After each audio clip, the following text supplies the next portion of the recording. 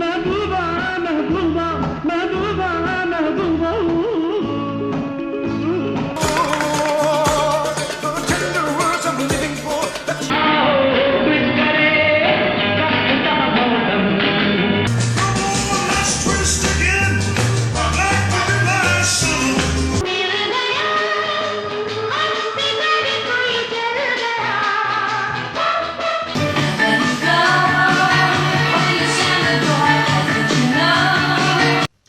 आज का वीडियो खास तौर से मैं पेश कर रहा हूं राहुल देव बर्मन जी के काम के हवाले से और रफ़ी साहब से जो उनका मामला रहा, उनका नाता रहा, उस हवाले से।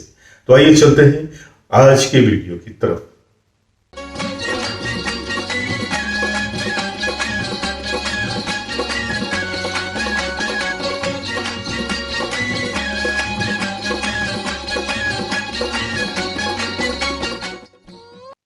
ग्रेट लेजेंड्स के आज के इस प्रोग्राम में मैं आपका दोस्त जावेद नसीम एक बार फिर से हाजिर हूं अपनी सभी दोस्तों की खिदमत में, बहुत सारी मोहब्बतें लेकर, बहुत सारा प्यार लेकर, और आप तमाम लोगों की खिदमत में अपना आदाब, सलाम, नमस्कार और सत श्री अकाल पेश करते हुए आज की कहानी की शुरुआत करता हूं। अब आइए the most celebrated music director की काम की असलियत का भी जायजा ले लिया जाए। छोटे बर्मन को यह आर्जा बहुत पहले से ही लगा हुआ था। फिल्म भूत बंगला का ये गाना आओ ट्विस्ट करें भी उसी सीरीज की शुरुआती कड़ी है।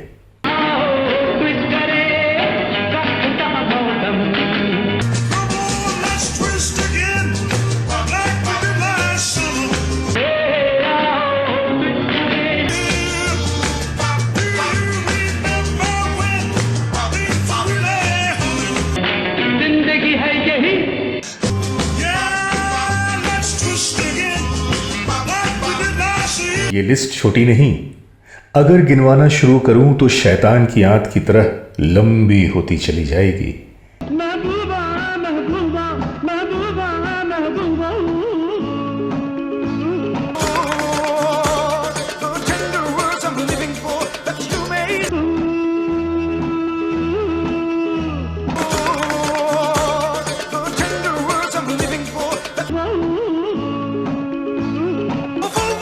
You're telling me I never heard you say. चुरा लिया है तुमने जो दिल को.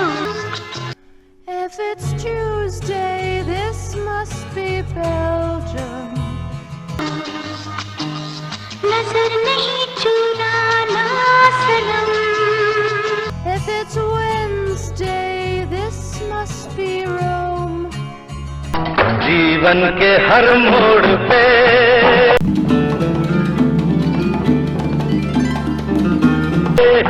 मिल जाएंगे हम सफर।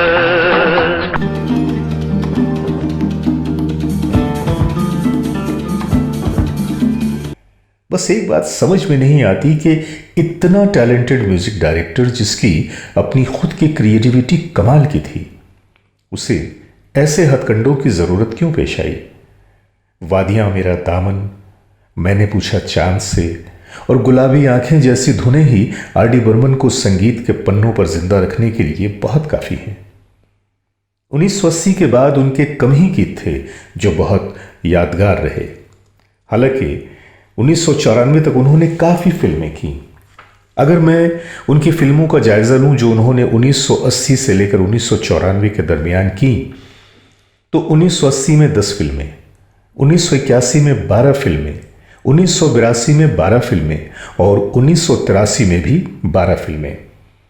1984 में यह नंबर और आगे की तरफ गया और उन्होंने 13 फिल्में की। 85 में 14 फिल्में की, लेकिन उसके बाद 1986 से उनका ग्राफ नीचे की तरफ आना शुरू हुआ। 1986 में उन्हें 7 फिल्में मिली। 1987 में यह तादाद घटकर 4 पे आ गई और 1988 में तो सिर्फ 3। लेकिन 1989 में इन्होंने 6 फिल्में की और फिर 1990 में 4 फिल्में। 1991 में इन्हें महज 2 फिल्मों में ही काम मिला और 1992 में फिर उन्होंने 5 फिल्में की और 1993 में 6 फिल्में की और इसके बाद 1994 में उनके इंतकाल के बाद जो 2 फिल्में रिलीज़ हुई उनमें एक तो थी लव स्टोरी 1942 और उसके बाद एक फिल्म थी घातक, और उसके बाद 1999 में उनके सिर्फ एक गाना आया फिल्म गैंग के लिए, और 2000 में एक और भी गाना उनका आया। ये थी आर.डी. बर्मन साहब के फिल्मों की पूरी तवील लिस्ट। तो दोस्तों, ये थी आज की कहानी। मैं अपनी जुबान से कुछ भी नहीं कह रहा हूं, नहीं कोई अपनी राय दे रहा हूं, मैंने सिर्फ हकीकतों को आपके सामने, आपके रूबरू पेश कर दिया है। अब क्या सही क्या गलत, इसका फैसला आप लोगों पर है। तो आज की कहानी यहीं तक। अब दीजिए अपने दोस्त जावेद नसीम को इजाजत। मिलते हैं फिर किसी अगली कहानी के साथ या अगले वाकये के साथ आप लोगों से। जब तक के लिए खुदा हाफिज, नमस्कार, सत श्री अकाल और आदाब।